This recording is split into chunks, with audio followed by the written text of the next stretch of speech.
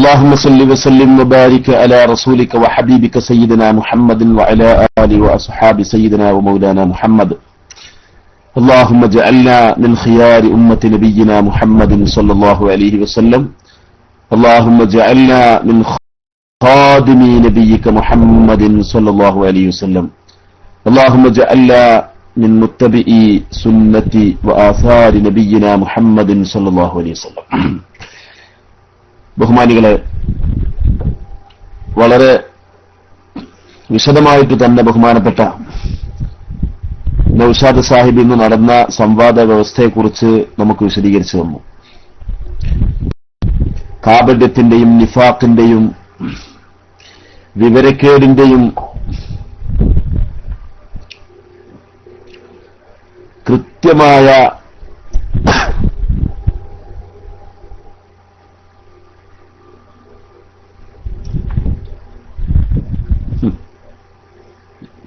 ഏതോ ഒരു പൊട്ടൻ എന്തോ ഒരു ഹദീസ് അടിച്ചിട്ടുണ്ട്.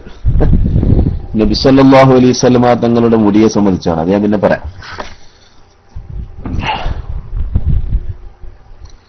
ഇവിടെ എന്താണ് ചോദ്യം വന്നത്? MT ഉസ്താദിനോട് ഒരു ചോദ്യം. തിരുകേശം കൊണ്ട് ബർക്കത്തെടുക്കാൻ ഇസ്ലാം ദീൻ എന്ത് മാനദണ്ഡമാണ് വെച്ചത്? കിതാബ് സഹിതം പറയുക. ഇൻഷാ അല്ലാഹ് അത് പറയാം. വിവരക്കേടിന്റെയും കാപട്യത്തിന്റെയും അള്ളാഹുവിന്റെ റസൂലിന്റെ പേരിൽ പച്ചക്കള്ളം പറയാനുള്ള ധാർഷ്ട്യത്തിന്റെയും പ്രകടമായ ഒരു ഉദാഹരണം കൂടി കേരളക്കര ഇന്ന് ഈ കാന്തപുരം AP അബൂബക്കർ മുസ്ലിയാരുടെ അനുയായികളെ കൊണ്ട് കാണേണ്ടി വന്നു എന്നൊരു ദുഃഖസത്യത്തിലാണ് നമ്മൾ എല്ലാവരും ഇപ്പോൾ നിലകൊള്ളുന്നത്. ഇന്നു മണ്ണാർക്കാട് 10-10:30 മണിക്ക് ആരംഭിച്ച് 3 മണിക്കൂർ നീണ്ട സംവാദ വ്യവസ്ഥയെ നിഷ്പക്ഷമായി വിലയിരുത്തുന്ന ഏതൊരു മനുഷ്യനും ബോധ്യപ്പെടും, ഇവർ കൊണ്ടുവന്നത് നബി സല്ലല്ലാഹു അലൈഹി വസല്ലമ തങ്ങളുടെ പേരിൽ പച്ചക്കള്ളമാണെന്നാണ്. നബി സല്ലല്ലാഹു അലൈഹി വസല്ലമ തങ്ങളുടെ പേരിൽ നബിയുടേതാണെന്ന് പറയപ്പെട്ടാൽ മതി. ഇവർക്കൊന്നിട്ട് SGBയിൽ ഇങ്ങനെ പ്രസംഗിക്കുക, നബിയുടേതാണെന്ന് പറയപ്പെട്ടാൽ മതി. എന്നിട്ട് ഫത്താവൽ കുബറയുടെ ഒരു അലാമ ഖീല, പറയപ്പെട്ടതു പ്രകാരം എന്ന ഒരു ഇബാറത്തും വായിക്കുന്ന ഒച്ച കേട്ടു. അതിന് ഇവരുടേത് അലാമ ഖീലയല്ലല്ലോ. മർക്കസിലുള്ള മുടി എന്ന് പറയുന്നത് അലാമ ഖീല, അങ്ങനെ പറഞ്ഞു പോരുന്നതു പ്രകാരം അല്ലല്ലോ. ഇവരുടെ മുടിയെ സംബന്ധിച്ച് പറയേണ്ടത് അലാമ ലം യുഖൽ എന്നാണ് പറയേണ്ടത്. ഇതുവരെ അങ്ങനെ ഒരു മുടിയെ സംബന്ധിച്ച് ലോകത്ത് ആരും തന്നെ പറഞ്ഞിട്ടില്ല എന്നതാണ്. ഈ ഹസ്റജി അല്ലെങ്കിൽ ജാലാവാല എന്നൊക്കെ പറയുന്ന ആൾക്കാരുണ്ടല്ലോ, ഈ ആൾക്കാർ ഇന്നും ജീവിച്ചിരിപ്പുള്ള ആളുകളാണ്. ഇതുവരെ അവരുടെ കൈവശമുള്ള മുടിയെ സംബന്ധിച്ച്, കേശത്തെ സംബന്ധിച്ച് നബിയുടേതാണെന്ന് പറയപ്പെട്ടിട്ടെന്നല്ല. അലാ മാലം യുഖൽ എന്നാണ് അവരുടെ ഈ മുടിയെ പറ്റി പറയേണ്ടത്. അലാമാ ഖീല എന്നല്ല, അലാ മാലം യുഖൽ. ഇതുവരെ അലാ മാലം യുഖൽ ഇലൽ ആൻ, ഇതുവരെ പറയപ്പെടാത്ത, അറിയപ്പെടാത്ത, ശ്രുതിപ്പെടാത്ത, ജനാംഗീകാരമില്ലാത്ത ഒരു മുടി. അത് ഏത് ബാർബർ ഷാപ്പിൽ നിന്ന് വന്നാലും വേണ്ടില്ല, ഏത് സ്ത്രീയുടേതാണെങ്കിലും വേണ്ടില്ല, അത് പുരുഷന്റേതാണെങ്കിലും മൃഗങ്ങളുടേതാണെങ്കിലും ആരുടേതാണെങ്കിലും എന്തിന്റേതാണെങ്കിലും അതൊന്നും ഇതുവരെ നബി സല്ലല്ലാഹു അലൈഹി വസല്ലമ തങ്ങളുടേതാണെന്ന് ചരിത്രത്തിൽ അറിയപ്പെട്ടിട്ടില്ല. അതുകൊണ്ട് തന്നെ ഇത് പച്ചക്കള്ളമാണ് എന്ന് കൃത്യമായി എന്തുകൊണ്ടാണ് ഞങ്ങൾ പറഞ്ഞത്? നബിയുടേതല്ല എന്ന് കൃത്യമായി ഞങ്ങൾ വാദിച്ചു. കാന്തപുരം AP അബൂബക്കർ മുസ്ലിയാർ മർക്കസു സഖാഫത്തി സുന്നിയ എന്ന് പറയുന്ന സ്ഥലത്ത് സൂക്ഷിച്ചു വെച്ചിട്ടുള്ള കേശങ്ങൾ നബിയുടേതല്ല. അപ്പൊ അയാളതിന് മറുപടി പറഞ്ഞാൽ എന്താ? സക്കാഫി എന്ന് പറഞ്ഞ ചങ്ങായി ജാഫർ സക്കാഫി മറുപടി പറഞ്ഞാൽ എന്താ? നബിയുടേതല്ല, ഒരു നിലക്കും നബിയുടേതല്ല എന്നല്ലേ നിങ്ങൾ പറയുന്നത്? അപ്പൊ അത് സാലിബ കുല്ലിയല്ലേ? എന്താ മൗലവി സാലിബ കുല്ലി എന്ന് പറഞ്ഞാല്? ഒരൊറ്റ തെങ്ങും കവുങ്ങല്ല എന്ന് പറയാം. ഒരു തെങ്ങും കവുങ്ങല്ല. ആ വാദം പൊളിക്കണം എന്നുണ്ടെങ്കിൽ ഏതെങ്കിലും ഒരു തെങ്ങ് കവുങ്ങായാൽ ആ വാദം പൊളിയും. അതാണ് മൂജബ ജുസ്ഇ എന്ന് പറയുന്നത്. ഒറ്റ തെങ്ങും കവുങ്ങല്ല എന്ന് പറഞ്ഞാൽ, കവുങ്ങല്ല എന്ന് പറഞ്ഞാൽ മലപ്പുറം ഭാഷയിലാണ് പറയുന്നത് കേട്ടോ. നിങ്ങൾക്ക് തിരിയാത്തവരുണ്ടെങ്കിൽ അതപ്പോ പറയണം. തിരിയാത്ത കോഴിക്കോട് ഭാഷ തിരുവനന്തപുരത്തേരൊക്കെ ഉണ്ടെങ്കിൽ പറയണം. എന്താ പറയല്? കൗങ്ങുന്നോ എന്തായിക്കോട്ടെ, അത് നമ്മൾ അടക്ക കായ്ക്കുന്ന മരമാണെന്ന് മനസ്സിലാക്കിയാൽ മതി. ഒരൊറ്റ തെങ്ങും കവുങ്ങല്ല. അതിന്റെ എതിരെന്താണ്? അതിന്റെ എതിർവാദം എന്ന് പറഞ്ഞാൽ എന്താ? ഒറ്റ തെങ്ങും കവുങ്ങല്ല എന്ന് പറഞ്ഞ വാക്കിനെ പറ്റി അറബിയിൽ തർക്കശാസ്ത്രത്തിൽ എന്തു പറയും? ലോജിക്കിൽ അതിനെപ്പറ്റി സാലിബകുല്ലി എന്നാ പറയാ. ആ വാദത്തിന്റെ എതിർവാദം എന്ന് പറഞ്ഞാൽ എല്ലാ തെങ്ങും കവുങ്ങാണെന്ന് വാദിച്ചോളുന്നില്ല. ഏതെങ്കിലും എല്ലാ തെങ്ങും കവുങ്ങാണെന്ന് വാദിച്ചോളുന്നില്ല. കവുങ്ങ് ഏതെങ്കിലും ഒരു തെങ്ങ് കവുങ്ങാണെന്ന് വന്നാൽ തന്നെ ആ വാദം പൊളിഞ്ഞു. അപ്പോ ഒരു തെങ്ങും കവുങ്ങല്ല എന്ന് സാലിബ കുല്ലിയയെ നിഷേധിക്കാൻ ഒരു തെങ്ങ് കവുങ്ങാണെന്ന് വന്നാൽ മതി. അല്ലാതെ ഒരു തെങ്ങും കവുങ്ങല്ല എന്ന് പറഞ്ഞ കവുങ്ങാവാൻ ഒരു സാധ്യതയുമില്ല, ഏതെങ്കിലും ഒരു സാധ്യതയുണ്ടെങ്കിൽ ആ വാദം പൊളിഞ്ഞു. അങ്ങനെയല്ല പറയേണ്ടത്. ആ മൗലവി പറഞ്ഞെന്താ? സാലിബ കുല്ലിയ എന്നതിന്റെ അത് പണ്ഡിതന്മാർക്കും കൂടി മനസ്സിലാക്കാനാണ്. AP വിഭാഗത്തിലെ മുതഅല്ലിമീങ്ങൾ ആരെങ്കിലും ഉണ്ടെങ്കിൽ നാളെ ആ കൊടിഞ്ഞി മുഖാമുഖം കഴിഞ്ഞതിന് ശേഷം ചോദ്യം ചോദിക്കാൻ വേണ്ടി വന്ന കുട്ടികളോട് പിന്നെ കക്കാട് വെച്ച് ചായ പിടിക്കാൻ വേണ്ടി ഹോട്ടലിൽ കയറിയപ്പോ ആ കുട്ടികളെ കണ്ടു. ഞാൻ ആ കുട്ടികളോട് പറഞ്ഞു, കുട്ടികളെ നിങ്ങൾ ഈ പോസ്റ്റർ ഒട്ടിക്കാൻ അതിനൊന്നും നടക്കണ്ട, എന്തൊക്കെ നിങ്ങൾ ഓതുന്നത് എന്ന് ചോദിച്ചു. ഫത്തുൽ മീനാണെന്ന് പറഞ്ഞു. ഫത്തുൽ മീൻ നന്നായി ഓതി പഠിച്ചാൽ മതി ഇപ്പോ. പിന്നെ നിങ്ങൾ ഈ മറ്റുള്ള വിഷയത്തിലേക്ക് ഇടപെടാനതൊക്കെ ഓതി പഠിച്ചിട്ട് കിതാബൊക്കെ തിരിഞ്ഞിട്ട് പിന്നെ കൈകാര്യം ചെയ്താൽ മതി. ഇത് തസ്ലീമന്തിക്കും ഫത്തുൽമീനൊക്കെ ഓതുന്ന കാലത്ത്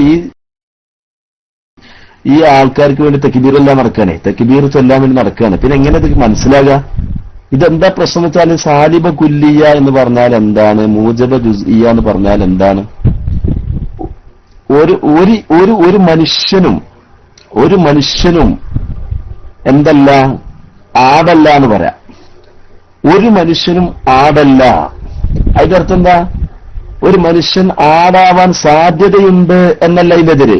ഏതെങ്കിലും ഒരു മനുഷ്യൻ ആടാണെന്ന് വന്നാൽ അതിന് എതിർവാദമായി. അതാണ് മൂജബ ജുസ്ഇ എന്ന് പറയുന്നത്. ഒരു സാലിബ കുല്ലി എന്ന് പറഞ്ഞാൽ അതിനൊരു മൗദൂഉം ഒരു മഹ്മൂലും ഉണ്ടാവും. ഈ മൗദൂ എന്ന് പറഞ്ഞാൽ ഇപ്പൊ നമ്മൾ പറഞ്ഞ ഉദാഹരണത്തിൽ തെങ്ങ് കവുങ്ങ് എന്നുള്ള ഉദാഹരണത്തിൽ തെങ്ങിനെ പറ്റിയാണ് മൗദൂ എന്ന് പറയാം, കവുങ്ങിനെ പറ്റിയാണ് മഹ്മൂൽ എന്ന് പറയാം. ഈ തെങ്ങിൽ ചില തെങ്ങുകൾ കവുങ്ങല്ല എന്ന് പറഞ്ഞാൽ അതിനെപ്പറ്റി ജുസ്ഇയ എന്ന് പറയും. ഒരൊറ്റ തെങ്ങും കവുങ്ങല്ല എന്ന് പറഞ്ഞാൽ അതിനെപ്പറ്റി കുല്ലിയ എന്ന് പറയും. അപ്പൊ ഈ തെങ്ങിൽ നമ്മൾ ചേർക്കുന്ന വാക്കിലേക്ക് നോക്കിയിട്ടാണ് ഈ സെന്റൻസ് സാലിബ കുല്ലിയയാണോ സാലിബ ജുസ്ഇയയാണോ എന്നൊക്കെ തീരുമാനിക്കാം. അപ്പൊ അത് പ്രകാരം നിങ്ങളൊന്ന് ചിന്തിച്ചു നോക്കി. കാന്തപുരം മർക്കസിലുള്ള കേശങ്ങൾ നബിയുടേതല്ല. അത് സാലിബ കുല്ലിയാകൽ എങ്ങനെ? ഒരു കേശവും നബിയുടേതല്ല. അല്ലാതെ കാന്തപുരം മർക്കസിലുള്ള കാരന്തൂർ മർക്കസിലുള്ള കേശങ്ങൾ നബിയുടേതാവാൻ ഒരു സാധ്യതയുമില്ല. അവിടെ അല്ല ഒരു ചേർക്കേണ്ടത്. ഈ ജാഫർ സക്കാഫി എന്ന് പറഞ്ഞ ചങ്ങായി മനസ്സിലാക്കിയത് എന്താണ്? ഒരു കേശവും നബിയുടേതല്ല എന്ന കേശം എന്നുള്ള വാക്കിലാണ് ഒരു ചേർക്കേണ്ടത്. അപ്പോഴേ അത് സാലിബ കുല്ലിയാകുള്ളൂ. അല്ലാതെ കേശങ്ങൾ നബിയുടേതാവാൻ ഒരു സാധ്യതയുമില്ല എന്ന അവിടെ അല്ല ഒരു ചേർക്കേണ്ടത്. അവിടെ ഒരു ചേർത്തുകൊണ്ട് സാലിബ കുല്ലിയാവൂല. എന്നിട്ട് ആ ഒരു സാധ്യതയുമില്ല എന്ന് പറയുമ്പോൾ ഇതിൽ ഏതെങ്കിലും ഒരു സാധ്യത ഒഴിവാക്കിയാൽ അത് എതിർവാദമാവൂലേന്നാ. സാധ്യത ഉണ്ടായതുകൊണ്ട് എതിർവാദാവൂല, ഉറപ്പ് വേണം, അപ്പോഴേ എതിർവാദാവുള്ളൂ. പള്ളിയിൽ ഒരു മനുഷ്യനുമില്ല, അതിന്റെ എതിർവാദം എന്താ? പള്ളിയിൽ ഒരു മനുഷ്യനുമില്ല എന്ന് പറഞ്ഞാൽ പള്ളിയിൽ ഒരു മനുഷ്യനുണ്ട് എന്ന് പറയുമ്പോൾ അത് എതിർവാദമായി. പള്ളിയിൽ ഒരു മനുഷ്യനുണ്ടാവാൻ സാധ്യതയുണ്ട് എന്ന് പറയുമ്പോൾ അത് എതിർവാദമല്ല. അതിനെപ്പറ്റി എതിർവാദം എന്ന് പറയില്ല. ഇത് തർക്കശാസ്ത്രം അറിയില്ല, ലോജിക്കും അറിയില്ല, മന്തിക്കും അറിയില്ല, മഅനി അറിയില്ല, ഒരു ചുക്കും അറിയില്ല, ഒരു അടുപ്പും അറിയില്ല. സത്യത്തിൽ ഇങ്ങനത്തെ ആൾക്കാരോട് സംസാരിക്കാൻ തന്നെ പോകുക എന്നുള്ളത് തന്നെ എന്തല്ല, ഒരു കുഫു വെക്കുന്ന കാര്യമല്ല. ഇവരോടൊക്കെ കുഫു വെക്കുന്ന ആൾക്കാരെന്ന് പറഞ്ഞാൽ നല്ല അങ്ങാടിയിലൊക്കെ ഉണ്ടല്ലോ, അങ്ങാടിയിൽ പോർമൽ ജോലി ചെയ്യുന്നക്കാർ നല്ല അളഞ്ഞ കമ്പി ഉണ്ടാവും. ഈ കമ്പിയിട്ട് തൊണ്ടക്ക് തൂക്കി പിടിച്ചിട്ട് ഇങ്ങനെ കുത്തിപ്പിടിച്ചിട്ട് ചോദിക്കണം, മനസ്സിലായി? അങ്ങനെ ആകുമ്പോൾ അവർക്ക് അത്തരം ആളുകളോട് അത്തരം ആളുകളായിട്ട് നേരിടാൻ മാത്രം ബുദ്ധിപരമായും വൈജ്ഞാനികമായിട്ടും നിലവാരമില്ലാത്തൊരു ടീം അതാണെന്ന് തോന്നിട്ടുള്ളത്. നിലവാരമില്ലാത്തൊരു ടീം. പക്ഷെ നമ്മൾ അവരായിട്ട് സംസാരിച്ചത് നമ്മൾ ഈ റസൂലിന്റെ പേരിലുള്ള ഈ വിഷയത്തിന്റെ പ്രാധാന്യം മാത്രം ഓർത്തുകൊണ്ടാണ്. അല്ലാതെ ഇത് കാരണക്കാരല്ലെന്നൊന്നും നോക്കിയിട്ടല്ല. എന്തെങ്കിലും ഒരു വിഷയം പറഞ്ഞാൽ മനസ്സിലാക്കുന്ന ഒരു ടീമാവണ്ടേ. പിന്നെ ആദ്യമേ മുൻകൂർ ജാമ്യെടുത്ത് വന്നു, സംവാദം പൊളിക്കണം, വ്യവസ്ഥ പൊളിക്കണം. അത് അവരുടെ മധ്യസ്ഥനും അവരും തമ്മിലുള്ള ആ ഗൂഢ ആലോചനകൾ ഇങ്ങനെ പ്രകൃതിയായിട്ട് നടക്കുകയാണ്. ഇടക്കിടക്ക് ചോദിക്കുക, സമയം തീർന്നില്ലേ? 3 മണിക്കൂർ തീർന്നില്ലേ? തീരാൻ വേണ്ടി കാത്തിക്കുക. അപ്പോ എന്റെ സഹോദരങ്ങളെ, അപ്പോ ഇവിടെ എന്താണ് സംഭവിച്ചത്? നബി സല്ലല്ലാഹു അലൈഹി വസല്ലമ തങ്ങളിലേക്ക് ഒരു കാര്യത്തെ, അത് നബിയുടെ ഖൗലാണെങ്കിലും ശരി, നബിയുടെ ഫിഅലാണെങ്കിലും ശരി, നബി സല്ലല്ലാഹു അലൈഹി വസല്ലമ തങ്ങളുടെ ഹലോ വലൈക്കും സലാം. ഞാൻ പറയാം, അപ്പൊ ക്ലാസ് എടുത്തുകൊണ്ടിരിക്കുകയാണ് കേട്ടോ. ഓക്കെ. അപ്പൊ എന്താ പറഞ്ഞത്? നബി സല്ലല്ലാഹു അലൈഹി വസല്ലമ തങ്ങളുടെ ഖൗലാവട്ടെ, ഫിഅലാവട്ടെ, നബിയുടെ അംഗീകാരമാവട്ടെ, നബിയുടെ അസറാവട്ടെ, കൃത്യമായി മനസ്സിലാക്കി വെച്ചോളൂ. നബിയിലേക്ക് ചേർക്കപ്പെടുന്നത് എന്തിനും സനദ് വേണം. വ്യക്തമായ ഇബാറത്തിന്റെ അടിസ്ഥാനത്തിലാണ് പറയുന്നത്. നബി സല്ലല്ലാഹു അലൈഹി വസല്ലമ തങ്ങളുടേതാണ് ഇന്ന വാക്ക്. ഉദാഹരണം, ഇന്നമൽ അഅ്മാലു ബിന്നിയാത്ത്. അത് നബി സല്ലല്ലാഹു അലൈഹി വസല്ലമ തങ്ങൾ ഇന്നത് പ്രവർത്തിച്ചു. ഉദാഹരണം, നബി സല്ലല്ലാഹു അലൈഹി വസല്ലമ ഖുതുബ അറബിയിലോതി, അത് പ്രവൃത്തിയാണ്. അതല്ലെങ്കിൽ നബി സല്ലല്ലാഹു അലൈഹി വസല്ലമ തങ്ങൾ ഇന്ന ഒരു കാര്യം അംഗീകരിച്ചു. ഉദാഹരണം, എല്ലാ റക്അത്തിലും ഖുൽ ഹുവല്ലാഹു അഹദ് ഓതുന്ന സ്വഹാബിയുടെ പ്രവൃത്തി നബി ആള് പറഞ്ഞു, അയാൾക്ക് ഇന്നടത്തുനിന്ന് കിട്ടി, അയാൾക്ക് ഇന്നടത്തുനിന്ന് കിട്ടി എന്നുള്ള ഇത് വിശദീകരിക്കാൻ കഴിയണം. അല്ലാതെ ഒരു സുപ്രഭാതത്തിൽ ഒരാൾ ഉറക്കത്തുനിന്ന് എഴുന്നേറ്റ് കണ്ണുമോറും തുടച്ചുകാണ്ട് ഖാല റസൂലുള്ളാഹി എന്ന് പറഞ്ഞാല് അംഗീകരിക്കാൻ മാത്രം പൊട്ടന്മാരല്ല നബി സല്ലല്ലാഹു അലൈഹി വസല്ലം തങ്ങളുടെ മുഹിബ്ബീങ്ങളായ അവിടുത്തെ ഉമ്മത്തീങ്ങൾ എന്ന് പറഞ്ഞാൽ അത്ര പൊട്ടന്മാരല്ല. അതേ സ്ഥാനം തന്നെയാണ്, യാതൊരു മാറ്റവുമില്ല. അതേ സ്ഥാനം തന്നെയാണ് നബിയുടെ അസറുകൾ എന്ന് പറയുന്നത്. നബിയുടെ അസറുകൾ എന്ന് പറഞ്ഞാൽ നബി സല്ലല്ലാഹു അലൈഹി വസല്ലം തങ്ങളുടെ തിരുശേഷിപ്പുകൾ. അത് അവിടുത്തെ നഖങ്ങളാവാം, അവിടുത്തെ മുടികളാവാം, അവിടുന്ന് ധരിച്ച വസ്ത്രമാവാം, അവിടുന്ന് ധരിച്ച ചെരുപ്പാവാം, അതിലുള്ള എന്തുമാവാം. അതേ സ്ഥാനം തന്നെയാണ്. മൗദു ആയ ഹദീസുകൾ. ഹദീസ് എങ്ങനെയാണ് മൗദു ആകല്? നബി സല്ലല്ലാഹു അലൈഹി വസല്ലം തങ്ങളെ തൊട്ട് കളവായിട്ട് ഉദ്ധരിക്കപ്പെട്ട ഹദീസുകൾ, അല്ലെങ്കിൽ നബി സല്ലല്ലാഹു അലൈഹി വസല്ലം തങ്ങളെ തൊട്ട് കളവാണെന്ന് വ്യക്തമായിട്ട് നമുക്ക് ധാരണ വരുത്തുന്ന റാവി റിപ്പോർട്ട് ചെയ്ത ഹദീസുകൾ. അതേപോലെ തന്നെ സാഹചര്യത്തിൽ നിന്ന് ഒരു നബിയിലേക്ക് ചേർക്കപ്പെട്ട ഒരു അസർ വ്യാജമാണെന്ന് ബോധ്യപ്പെട്ടാൽ അത് മൗദു ആണ്. നബി സല്ലല്ലാഹു അലൈഹി വസല്ലം തങ്ങളുടേതാണെന്ന് പറയുന്ന ഒരു നബി സല്ലല്ലാഹു അലൈഹി വസല്ലം തങ്ങളുടേതാണെന്ന് പറയുന്ന ഒരു തിരുശേഷിപ്പ്, ആ തിരുശേഷിപ്പ് അഥവാ നബിയുടെ 2 ചെരുപ്പുകൾ ഒരു മുഹദ്ദിസായ ഇമാമിന്റെ അടുക്കൽ കൊണ്ടുവരപ്പെട്ടു. ആ സന്ദർഭത്തിൽ ആ ഇമാമിന് മനസ്സിലായിരുന്നു, ഒരാൾ വന്നിട്ട് ഒരു ഇമാമിന്റെ അടുക്കൽ നബി സല്ലല്ലാഹു അലൈഹി വസല്ലം തങ്ങളുടേതാണെന്ന് പറഞ്ഞുകൊണ്ട് 2 ചെരുപ്പുകൾ കൊണ്ടുവന്നു. വമാഹു നഅലാനി. എന്നിട്ട് അയാൾ പറയാം, ഇത് റസൂലുള്ളാഹിന്റെ 2 ചെരുപ്പുകളാണ്. അങ്ങനെ അയാൾ ഇറങ്ങിപ്പോയതിനു ശേഷം ആ ഇമാമ് പറഞ്ഞു, അല്ലാഹുവിനെ തന്നെയാണ് സത്യം, അത് 2ഉം നബിയുടെ ചെരുപ്പുകളെ അല്ല. എവിടുന്ന് കിട്ടിയ അയാൾക്ക്? ആ ഇമാമ് ചോദിക്കുകയാണ്, എവിടുന്ന് കിട്ടിയ അയാൾക്ക്? അയാൾക്ക് അനന്തരം കിട്ടിയതാണോ അത്? അയാൾ കാശ് കൊടുത്ത് വാങ്ങിയതാണോ അത്? അല്ലെങ്കിൽ മറ്റാരെങ്കിലും അയാൾക്ക് ദാനം ചെയ്തതാണോ അത്? അതുകൊണ്ട് വല്ലാഹി മാ ഹുമാ ബിനഅലി റസൂലില്ലാഹി സ്വല്ലല്ലാഹു അലൈഹി വസല്ലം, റസൂലുള്ളാഹിയുടെ ചെരുപ്പുകളെ അല്ല. അപ്പോ ഒരാൾക്ക് വ്യക്തമായ തെളിവില്ലാതെ എവിടുന്ന് കിട്ടിയെന്ന് വിശദീകരിക്കാതെ ഒരു സുപ്രഭാതത്തിൽ അറിയപ്പെടാത്ത ഒരു സാധനം കൊണ്ടുവന്നിട്ട് ഇത് നബിയുടേതാണെന്ന് പറയുമ്പോ അതിന്റെ മാനദണ്ഡമില്ലാതെ അത് അംഗീകരിക്കാൻ പാടില്ല, അത് മൗദൂഇന്റെ ഗണത്തിലാണ് ഉൾപ്പെടുക. മൗദൂ റിവായത്ത് ചെയ്യാനോ മൗദൂ കള്ളമാണെന്ന് പറയാതെ പറഞ്ഞു കൊടുക്കാനോ പാടില്ല. അത് ഹറാമാണ്. ഇമാം നവവി റളിയല്ലാഹു അൻഹു പറയുന്നു, ഇത് വിധിവിലക്കുകളുള്ള വിഷയങ്ങളാവട്ടെ, വിധിവിലക്കുകളില്ലാത്ത വിഷയങ്ങളാവട്ടെ, എന്ത് വിഷയമാണെങ്കിലും. നജീബ് മൗലവി പറഞ്ഞതുപോലെയല്ല. നജീബ് മൗലവി പറഞ്ഞ എന്താണ്? സനദ് വേണമെന്ന് പറയുന്നത് നബിയുടെ ഫിഅല്, ഖൗല്, തഖ്രീർ, ഈ 3 കാര്യങ്ങൾക്ക് മാത്രമേ സനദ് വേണ്ടതുള്ളൂ. കാരണം ഇന്ന ഹാദൽ ഇൽമ ദീനും എന്ന് പറഞ്ഞ ഇൽമ് എന്ന് പറഞ്ഞ അഹ്കാമാണ്. ആ നജീബ് മൗലവി അല്ലേ ഇവർക്ക് ഇതൊക്കെ പറഞ്ഞു കൊടുത്തത്? ഞാൻ നജീബ് മൗലവിയുടെയും ഇവരുടെയും ഈ കൂട്ടുമുന്നണിയോട് ചോദിക്കട്ടെ, സഹീഹുൽ ബുഖാരിയിൽ നബിയുടെ ഖൗല്, നബിയുടെ ഫിഅല്, നബിയുടെ തഖ്രീർ എന്നീ 3 ഗണത്തിൽ പെടാത്ത നബിയുടെ അസറിനെ മാത്രം വിശദീകരിക്കുന്ന കാര്യങ്ങളില്ലേ? നബിയുടെ അസറിനെ മാത്രം വിശദീകരിക്കുന്ന കാര്യം അവിടെ ഓരോ ഹുക്കുമും തന്നെ പ്രത്യക്ഷത്തിൽ പ്രതിപാദിക്കുന്നില്ല.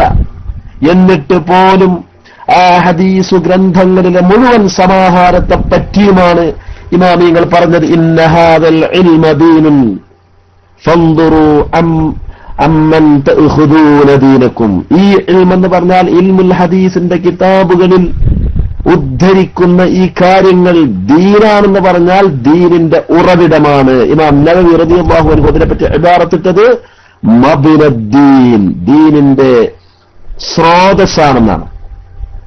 ദീനിന്റെ സ്രോതസ്സാണ്. അതിൽ നിന്നൊക്കെ ഒരുപാട് ദീനിന്റെ വിധിവിലക്കുകൾ, ഒരുപക്ഷെ നമ്മൾ സാധാരണക്കാരായ നമുക്ക് ഒരു വിധിവിലക്കുകൾ കണ്ടെത്താൻ സാധിക്കില്ല. പക്ഷെ കണ്ടെത്താൻ കഴിയുന്നവർക്ക് കണ്ടെത്താൻ പറ്റാവുന്ന സ്രോതസ്സുകളാണ്. കണ്ടെത്തിയാലും വേണ്ടില്ല, കണ്ടെത്തിയിട്ടില്ലെങ്കിലും വേണ്ടില്ല, കണ്ടെത്താൻ പറ്റുന്ന സ്രോതസ്സുകളാണ്. ആ സ്രോതസ്സുകളായ അല്ലാഹുവിന്റെ ദീനിലേക്ക് ചേർക്കപ്പെടുന്ന കാര്യങ്ങൾ. ഇത് ബാപ്പാന്റെയും ഉമ്മാന്റെയും കാര്യങ്ങൾ പറയുന്നതല്ല. ജാഫർ സക്കാഫ് ചോദിക്കുക, അയാളെ ബാപ്പ ആരാന്നുള്ളത് ഇപ്പൊ അയാൾക്ക് ഉറപ്പില്ലത്ര, എന്നാലും നമ്മൾ ബാപ്പല്ല എന്ന് പറയുമോ? ഇത് ബാപ്പാന്റെയും ഉമ്മാന്റെയും മക്കളെയും കാര്യമാണോ? അള്ളാഹുവിന്റെ അയാളെ വാപ്പാന്റെ വിഷയത്തിൽ അയാൾക്കോ അയാളെ കുടുംബത്തിനോ സംശയം ഉണ്ടെങ്കിൽ അള്ളാഹുവിന്റെ ദീനിനെ അത് ബാധിക്കുന്നില്ല. അല്ലെങ്കിൽ അയാളുടെ ഭാര്യ പ്രസവിച്ചു, പ്രസവ റൂമിൽ നിന്നൊരു കുട്ടിനെ കൊണ്ടുവന്നിട്ട് ഇത് അയാളെ കുട്ടിയെന്നാണോ എന്നതിലേക്ക് എന്താ തെളിവ്? തെളിവുണ്ടായാലും ഇല്ലെങ്കിലും അള്ളാഹുവിന്റെ ദീനിനെ അത് ബാധിക്കുന്നില്ല. പടച്ച തമ്പുരാന്റെ ദീനിനെ ബാധിക്കുന്ന വിഷയത്തിനെ കുറിച്ചാണ് ഇവിടെ ചർച്ച. അല്ലാതെ പ്രസവ വാർഡിൽ നിന്ന് കൊണ്ടുവരുന്ന പ്രസവിച്ചുകൊണ്ട് കരയുന്ന കുട്ടിയെ കൊണ്ടുവരുമ്പോൾ ഇതിന്റെ മകനെന്നെയാണോ മകളെന്നെയാണോ എന്നുള്ള സംശയവും ഉറപ്പും വരുത്തുന്ന വിഷയമാണോ ഇവിടെ ചർച്ച ചെയ്യുന്നത്? അതിനോട് താരതമ്യം ചെയ്യുക, അതിനോട് ഖിയാസാക്കാണ് അള്ളാഹുവിന്റെ റസൂലിന്റെ വിഷയം. അപ്പൊ വ്യക്തമായി ഇത് എവിടുന്ന് കിട്ടി, എങ്ങനെ കിട്ടിയെന്ന് വിശദീകരിക്കാത്ത ഒരു സാഹചര്യത്തിൽ വരുന്നവന്റെ തിരുശേഷിപ്പുകൾ മൗദൂ ആണെന്ന് വെക്കണം. അതാണ് ഇൽമുൽ ഹദീസിന്റെ നിയമം.